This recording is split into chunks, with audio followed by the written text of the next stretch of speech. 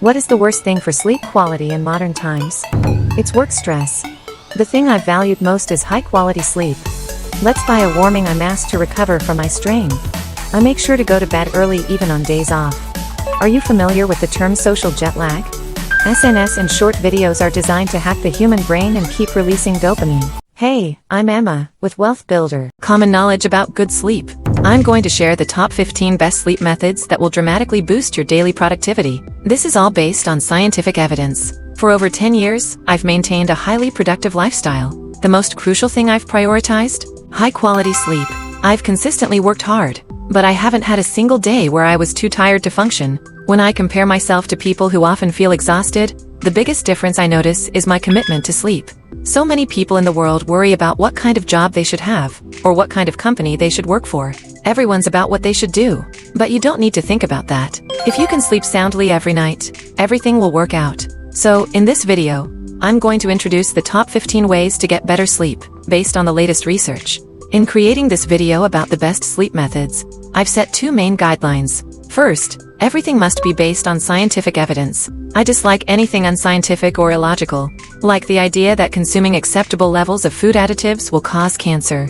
I'm always skeptical of such poorly supported claims, and I have no intention of making them myself. While I understand that not everything in the world can be explained by science and logic, it's still better than making judgments based solely on personal feelings or assumptions, right? A lot of research has been done on sleep, and it would be a hassle for you to look into all of it. That's why I took it upon myself to research everything. I even double-checked the evidence. While I might not go into lengthy explanations of the evidence within the ranking itself to keep the video concise, rest assured that everything has been properly verified.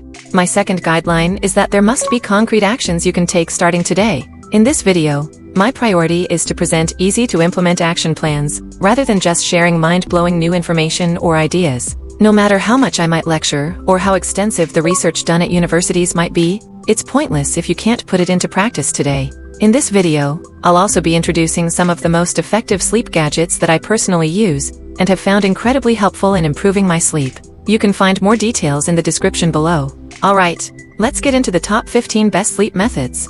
Coming in at number 15, a brisk 20-minute walk in the late afternoon. The idea that walking 10,000 steps a day is good for you? That's a myth. What we do know is that people who have a regular exercise habit experience less insomnia. Last year, when I traveled to Europe and Southeast Asia, I noticed that I slept incredibly well for some reason.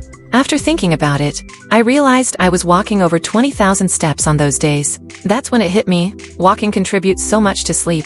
I remember being really surprised by that. Now, I have to share a shocking fact with you. We've heard it said for ages, haven't we? Let's walk 10,000 steps a day. Well, that's actually not true.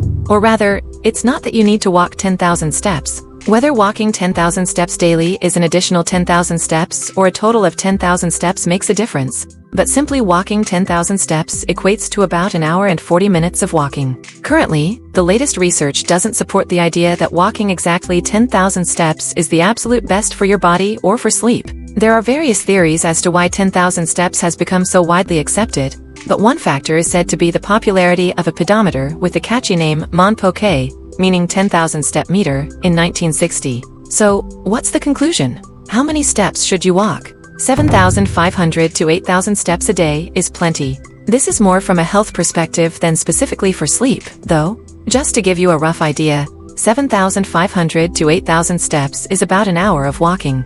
Researchers conducted a study asking, how many steps do we actually need to walk to become healthy? What they found was that if you're walking between 7,000 and 8,000 steps, walking more than that doesn't particularly make you healthier. In other words, you become increasingly healthy up to around 7,000 steps. But beyond that, the improvement isn't as significant. It's not to say it's a waste, but it's not the most efficient use of your time. Now, after hearing this, didn't you think, wait a minute, I probably walk for about an hour a day already? According to research, the average number of steps per day is about 5,300 for men and 4,900 for women. You can easily find out how much you walk by checking your smartphone. If you have an iPhone, it's in the Health app. Android devices also have a built-in feature to track this. Just open it up, and you'll see. So far, we've been talking about the number of steps. We tend to get fixated on just the step count. But you know what? It's not just about that. According to the latest research based on data, it's been revealed that walking speed is just as important as the number of steps. This is truly the latest, most up-to-date finding. So, how much should we walk each day? A 20-year-long follow-up study was conducted on 5,000 residents of Gunma Prefecture in Japan. The findings of this research have been lauded as a miraculous study from around the world, and the answer they arrived at is 8,000 steps a day, including 20 minutes of brisk walking. This can help reduce the risk of various diseases. Now, we're talking about the importance of sleep, but the underlying outcome we're aiming for is good health, right? If you walk 100,000 steps every day and end up completely exhausted, you might sleep like a log, but that puts too much strain on your body and is actually bad for your health. Sleep is ultimately a means to achieve better health. While the aforementioned study focused mainly on older adults, the guideline of 8,000 steps a day with 20 minutes of brisk walking should be a useful benchmark for many people. The 8,000 steps is the total for the day, not an additional 8,000 steps. Brisk walking is at a pace where you can still just barely hold a conversation. Based on everything we've discussed so far, here's an action plan. Let's aim for a 20-minute brisk walk in the late afternoon. When you're heading home after work is a perfect time. If your work doesn't end in the late afternoon, I recommend taking a 20-minute brisk walk outside. The reason why the late afternoon is ideal is because morning exercise is generally considered not as good for your health, unless it's very early in the morning. While moderate sun exposure is important for regulating your sleep-wake cycle, excessive daily sun exposure isn't ideal. Plus, my recommended way to spend your mornings is on self-improvement. I'd suggest reading the article about that miraculous study I mentioned earlier.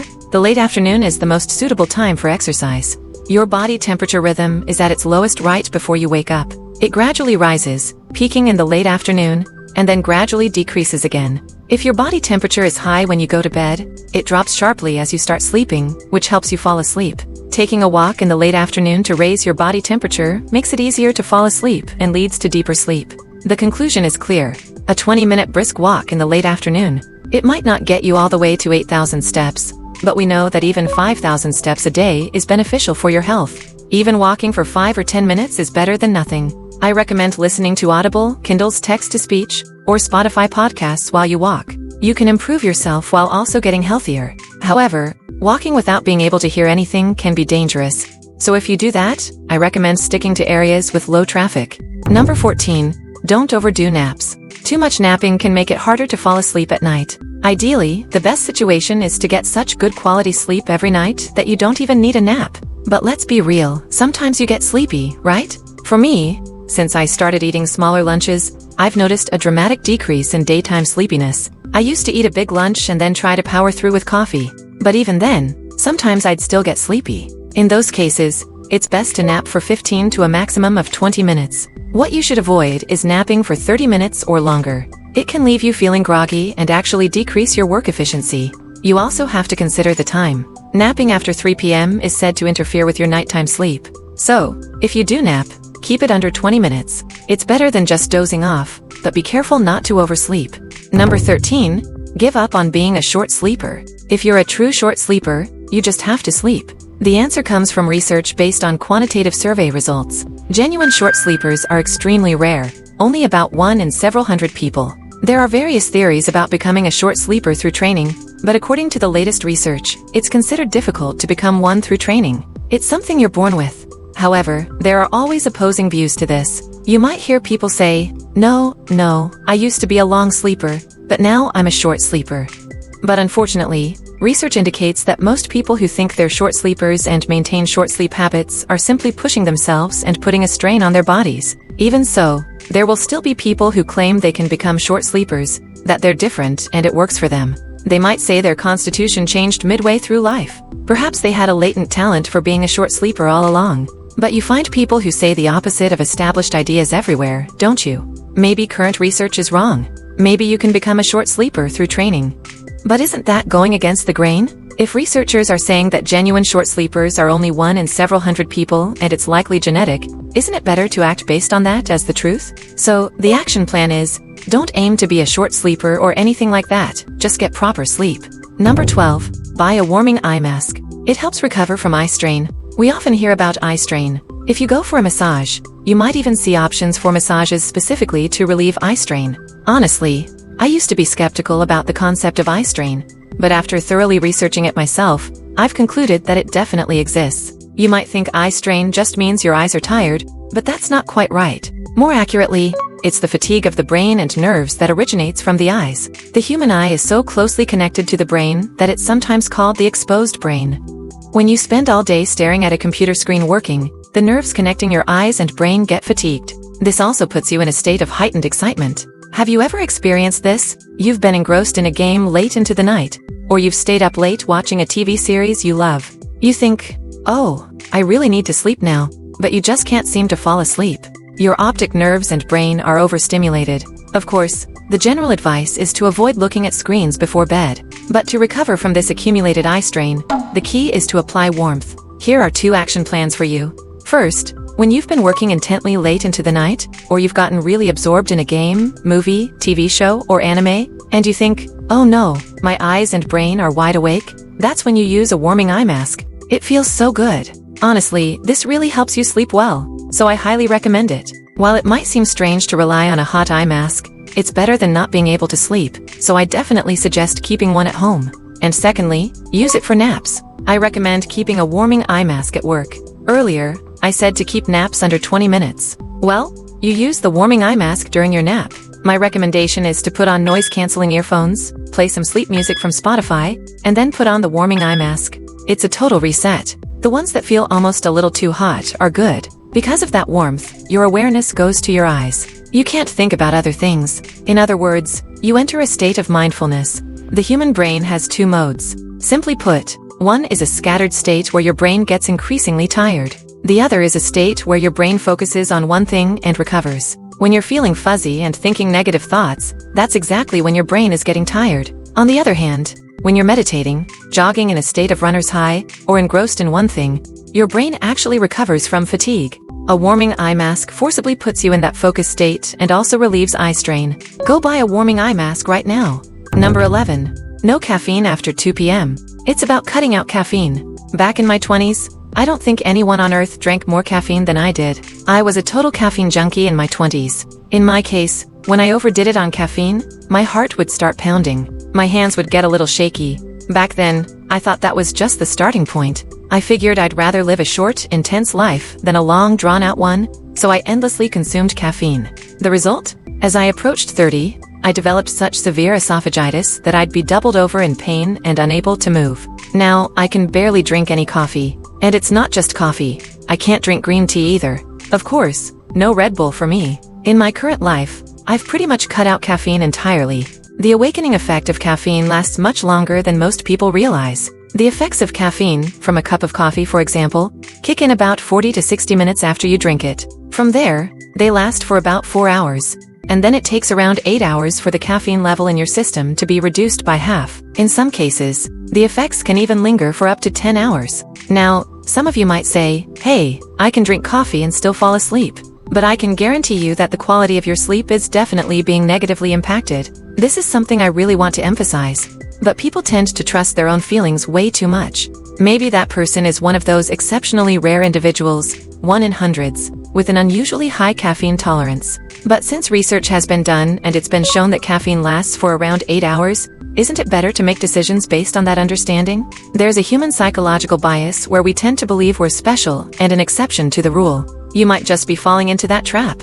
Here's the action plan. No caffeine after 2 p.m. Especially if you're in your 20s and consuming large amounts of caffeine, please be careful. Even if you think you're fine now, it will eventually take its toll.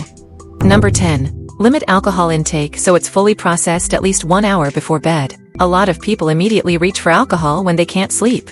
But alcohol will never lead to good quality sleep. Sure, alcohol might have a sleep-inducing effect, but when you look at the overall picture, it's nothing but negative. Alcohol's diuretic effect makes you need to go to the bathroom more often. Alcohol also makes you more prone to snoring, disrupts your breathing, and lowers the quality of your sleep. And then there's the acetaldehyde that wakes you up. While there are various theories, it's often said that it increases light sleep. The action plan for this one is to memorize some numbers. Please remember how long it takes for alcohol to break down in your system. First, let's take 1 can of beer. How long does it take to fully process that? About 1 hour. That's for men. For smaller women, it's closer to 2 hours. So, if you drink 2 cans of beer, that's 2 hours. Women will need even longer. Of course, the ideal advice is not to drink alcohol at all, but I'm sharing this so you have a quantitative understanding. So, how much alcohol can you drink without affecting your sleep quality? The conclusion is, up to 14 grams. The reason for 14 grams is that it can be metabolized within 1 hour. Now, do you know how much 14 grams is? A standard can of beer is 355 milliliters, right? And what's the alcohol content of beer? Around 5%, isn't it? 5% of 355 milliliters is approximately 16 grams. So, 1 can of beer contains about 17 grams of alcohol. To avoid any impact on your sleep, you need to keep it under 14 grams. That's the upper limit. Converted to wine, that's about 110 milliliters. So, here's the action plan. Let's remember, 1 can of beer takes about 1 hour to process. If you're going to drink before bed, do so very moderately, but the biggest point is that it's best not to drink at all before sleeping. Number 9. Don't go near your bed unless it's time to sleep. This is from the perspective of cognitive behavioral therapy. You've probably experienced this. You get into bed thinking, I need to sleep early because I have a busy day tomorrow, but then you just can't fall asleep. Are you familiar with the term sleep efficiency? Sleep efficiency is the ratio of your actual sleep time to the total time you spent lying in bed. If your sleep efficiency is 85% or higher, you probably don't need to worry too much. However, if it's lower than that, you might have a sleep problem, specifically, difficulty falling asleep, also known as sleep onset insomnia.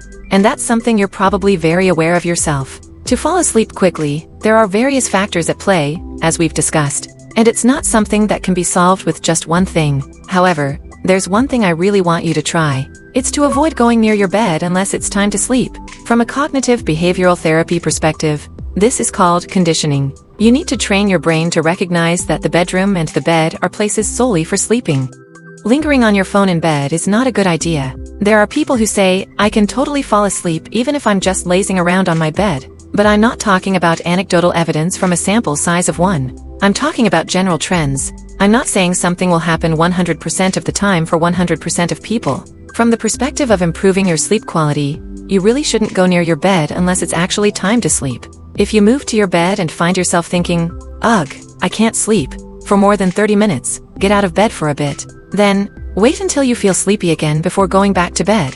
It won't solve the problem instantly, but it's better not to create an association in your mind that your bed is a place where you can't fall asleep easily. That's why it's better to get out once. When the COVID pandemic hit, I actually had a period where I put my work desk in my bedroom and worked there. My ability to fall asleep definitely worsened. You should avoid using your bed as a chair. Stop lying down on your bed just because you're a little tired. Stop napping on your bed too.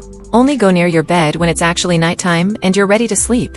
Number 8. Switch to blackout curtains. Don't allow even the slightest bit of light. Blackout curtains are the only way to go. That's my conclusion. There was a time when I was obsessively focused on waking up extremely early. Back then, I thought it was better to soak up the morning sunlight. So I used curtains that were practically just a thin layer of plastic wrap. It was almost like being completely exposed to the outside. Sure, with curtains that thin, I could wake up with the sunrise. There were some advantages, but the disadvantages were far too significant. The biggest problem was that my wake-up time would change way too much depending on the season.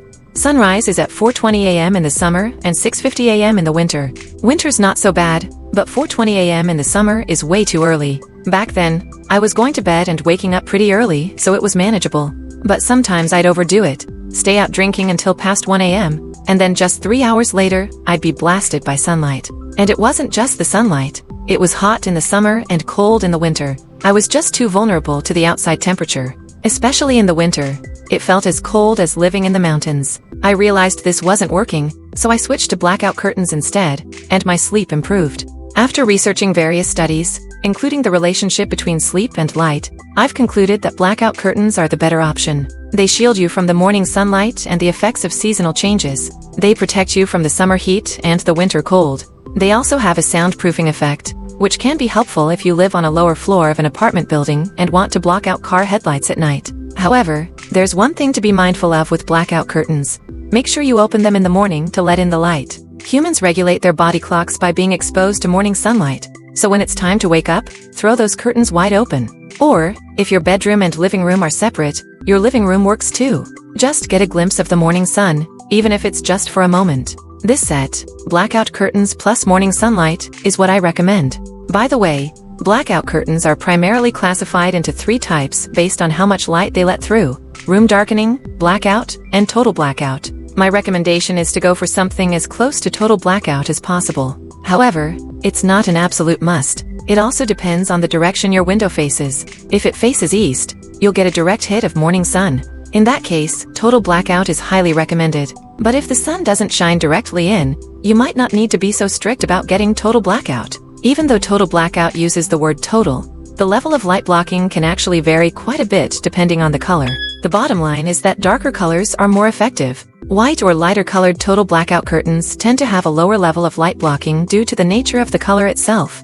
Now, can you just go with completely black curtains? Well, that can be tricky, right? Dark-colored curtains can make interior design more challenging. You often have to create an overall chic and dark aesthetic. My recommendation is a lighter shade of gray.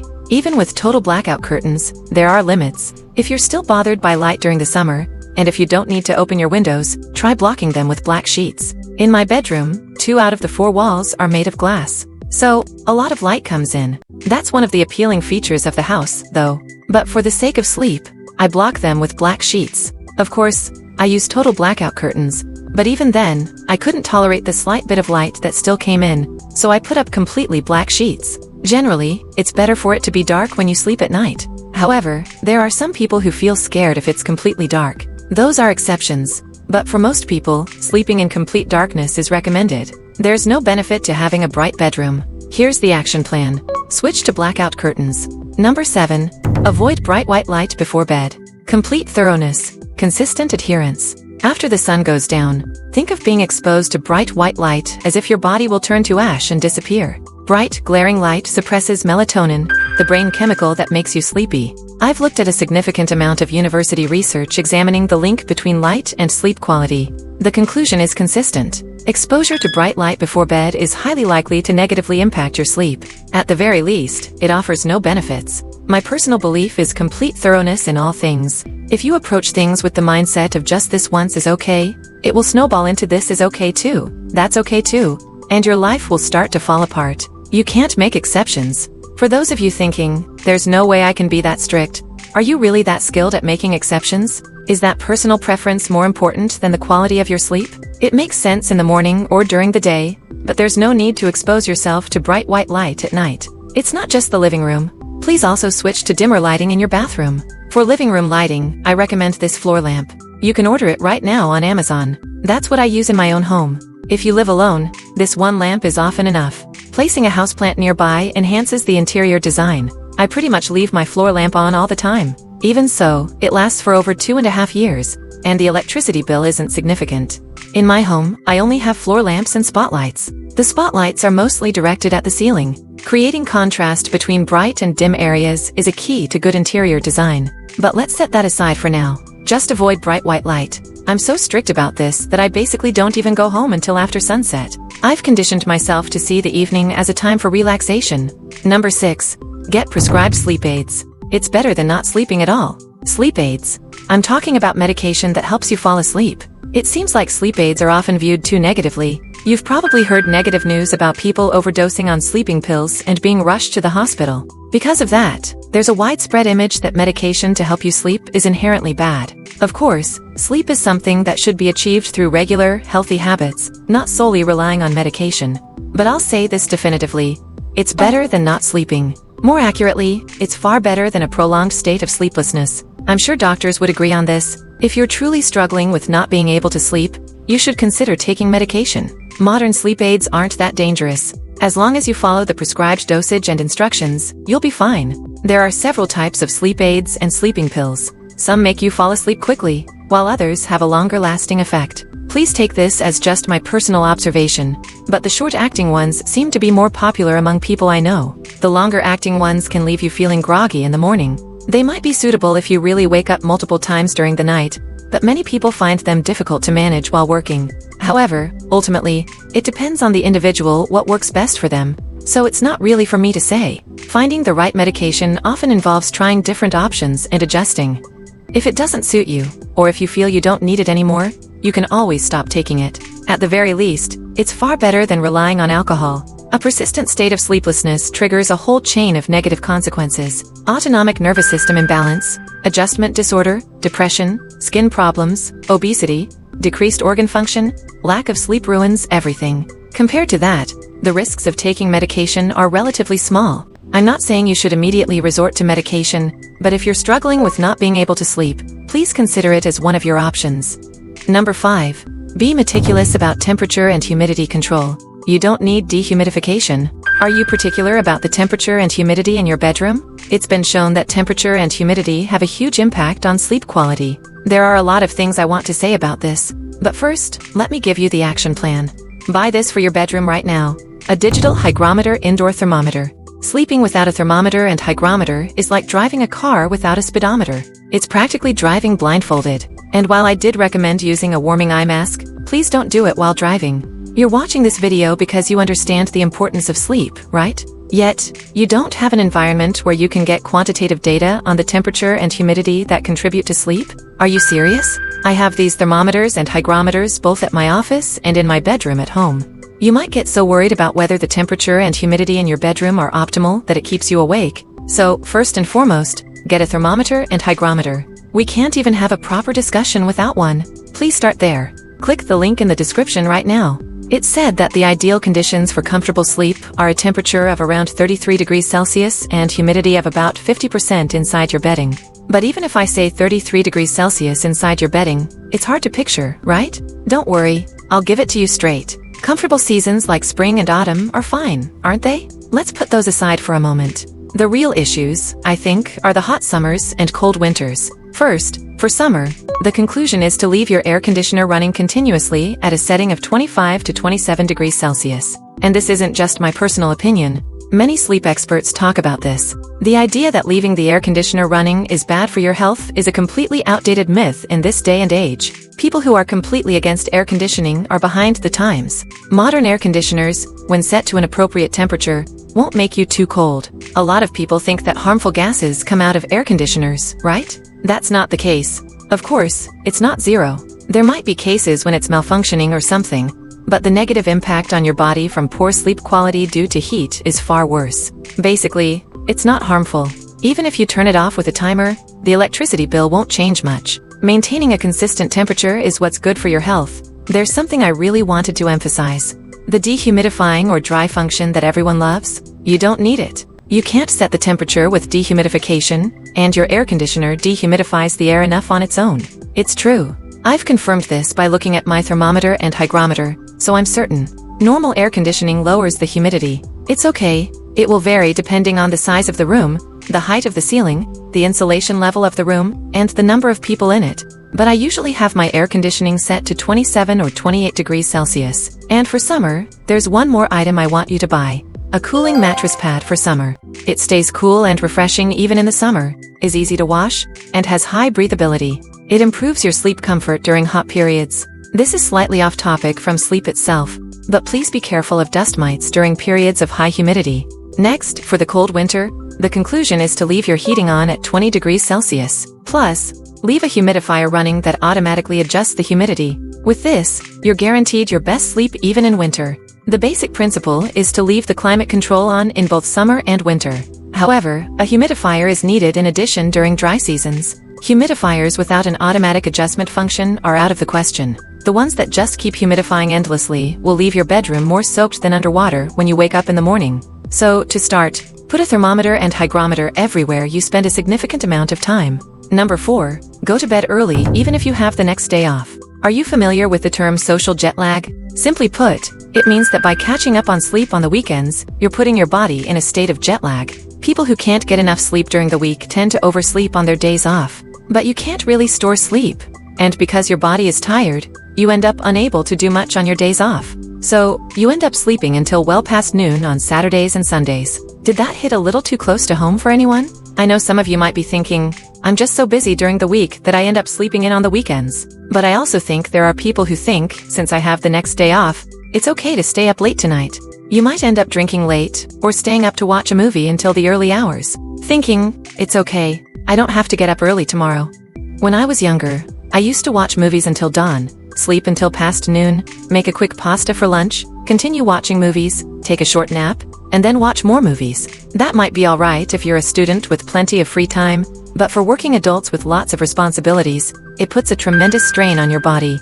The midpoint between the time you go to sleep and the time you wake up is called your sleep midpoint. This sleep midpoint is a good indicator of your ideal sleep timing. Now, think about the difference in your sleep midpoint between weekdays and weekends. For example, if it's shifted by 3 hours, that's essentially jet lag. And what happens then? Monday becomes incredibly tough. You end up going to work on Monday in a state of severe sleep deprivation.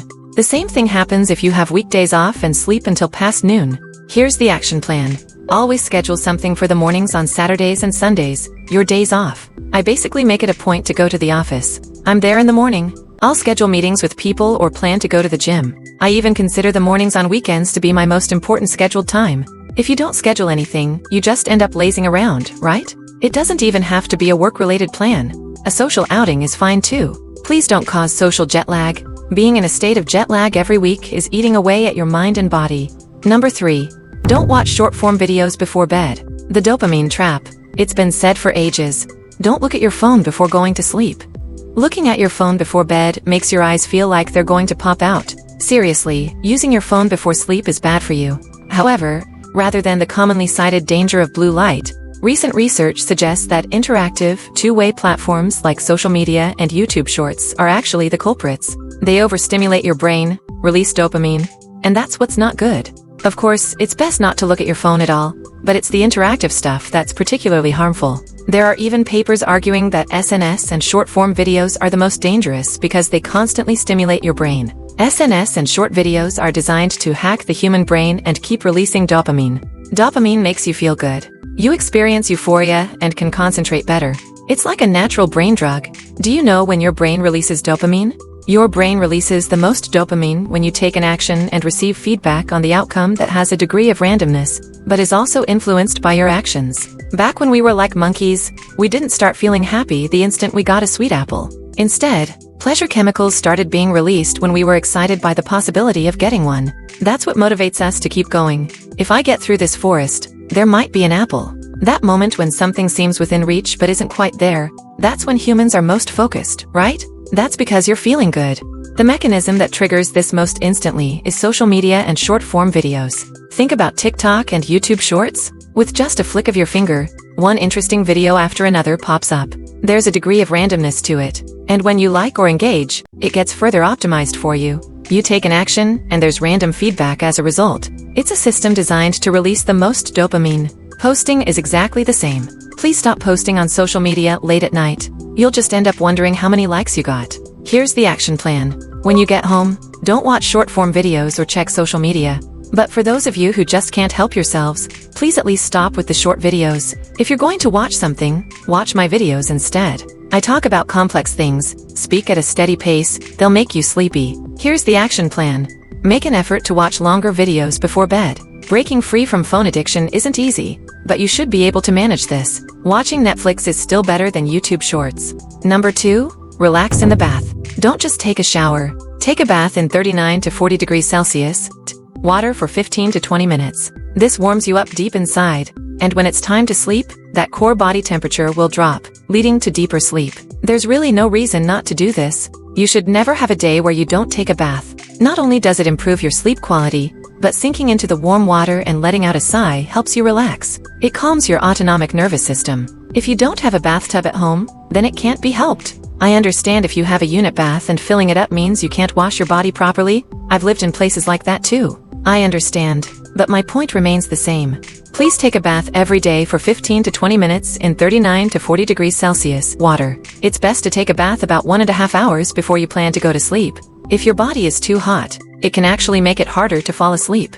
You also need time to fill the tub, right? Having a bath routine naturally encourages you to come home earlier. Of course, that's if you have a habit of bathing at the optimal time. You can build a regular routine around taking a bath. There's no self-investment with better cost-effectiveness than taking a bath. Here's the action plan. Start filling the tub as soon as you get home. The first thing you do when you arrive is to start running the bath water. Alright, now for the number 1 tip. Number 1. Don't look at any work-related communication. Freedom from stress. Up until now, I've talked about many ways to improve your sleep quality. But ultimately, what is the biggest thing that worsens sleep quality in modern life? It's stress from work. While work can be a wonderful source of purpose and fulfillment in life, if you push yourself too hard, it turns into stress that can break your mind and body. Even if you were okay when you were younger, as you get older, your physical strength decreases, and your stress tolerance can weaken. Those who especially need to be careful are middle managers and managers, particularly people who are managing or leading major projects, and even more specifically, those who have a strong sense of responsibility and are very diligent. When you're working hard as an individual team member, you could often overcome a crisis through your own efforts. But as you start leading a business of a certain scale, it becomes impossible to manage everything through your individual effort alone. If you try too hard to handle everything and push through with your own strength, you'll exceed your capacity. You're thinking about work 24/7. From the moment you wake up until right before you fall asleep, your head is filled with work, filled with anxiety. Your sleep quality becomes the absolute worst. And not only that, but the risk of developing adjustment disorder or depression becomes extremely high. People who are so busy with work that they can't sleep are in the most dangerous situation. I wouldn't call it an absolute law, but when someone who is so capable and full of energy suddenly breaks down, the sign is sleep deprivation. It's definitely sleep deprivation. People like that have their sympathetic nervous system constantly dominant. They're always in a state of high alert, on edge. Their autonomic nervous system starts to malfunction, and then they can't sleep. I used to work relentlessly when I was younger. I was going at it in my 20s as if my life would end then. But when I turned 30, I realized something. Work is like a never-ending marathon. Of course, it will end someday, but especially your mind and spirit, once they snap, it's hard to get them completely back to where they were. Recovery takes time. You won't be able to work the same way you used to. The very ability to enjoy life gets lost. Once you exceed your capacity and your mind snaps, it will never fully return to its original state. That's why, as I've said many times, you need to relax when you get home. Especially if you're in a high-stress situation, try to not think about it. No matter how much your boss contacts you, you need to protect your own well-being. Don't try to push yourself too hard. You might be able to keep going for a certain period, but if it continues for too long, you'll eventually break. So, at the very least, don't look at any work-related communication once you're home. Please consider it a warning sign if you're constantly thinking about work right up until you go to sleep. Here's a more specific action plan. Turn off notifications on your phone. Or, don't open your work phone or work-related apps. That's not slacking off. It's a strategy for continuing the fight in the long run. If that's absolutely not allowed, and you're in a constant state of high stress, you should have the courage to change jobs. No matter how many sleeping pills you take, it won't solve the problem if the underlying stress remains. You're the only one who can protect yourself. Forget everything at the end of the day, sleep soundly, and let's do our best again tomorrow. So, how did you like this video? If you found this video helpful or interesting, please don't forget to subscribe to the channel. We'd also love to get your likes and comments. Now, let's review what we covered in this video. The ultimate guide to sleep. Number 15. Take a brisk 20-minute walk in the evening. Number 14. Don't overdo naps. Number 13. Give up on being a short sleeper. Number 12. Always carry a Meg Rhythm steam eye mask with you. Number 11. Don't consume caffeine after 2 p.m. Number 10. Limit alcohol intake to an amount that can be metabolized within 1 hour before sleep. Number 9. Don't go near your bed unless it's time to sleep. Number 8. Switch to blackout curtains. Number 7. Avoid bright white light before bed. Number 6. Get prescribed sleep aids. Number 5. Be meticulous about temperature and humidity control. Number 4. Go to bed early even if you have the next day off. Number 3. Don't watch short-form videos before bed. Number 2. Relax in the bath. Number 1. Don't look at any work-related communication. Thank you so much for watching until the end. We'll continue to upload videos that are helpful for your life, so please support us. Thank you.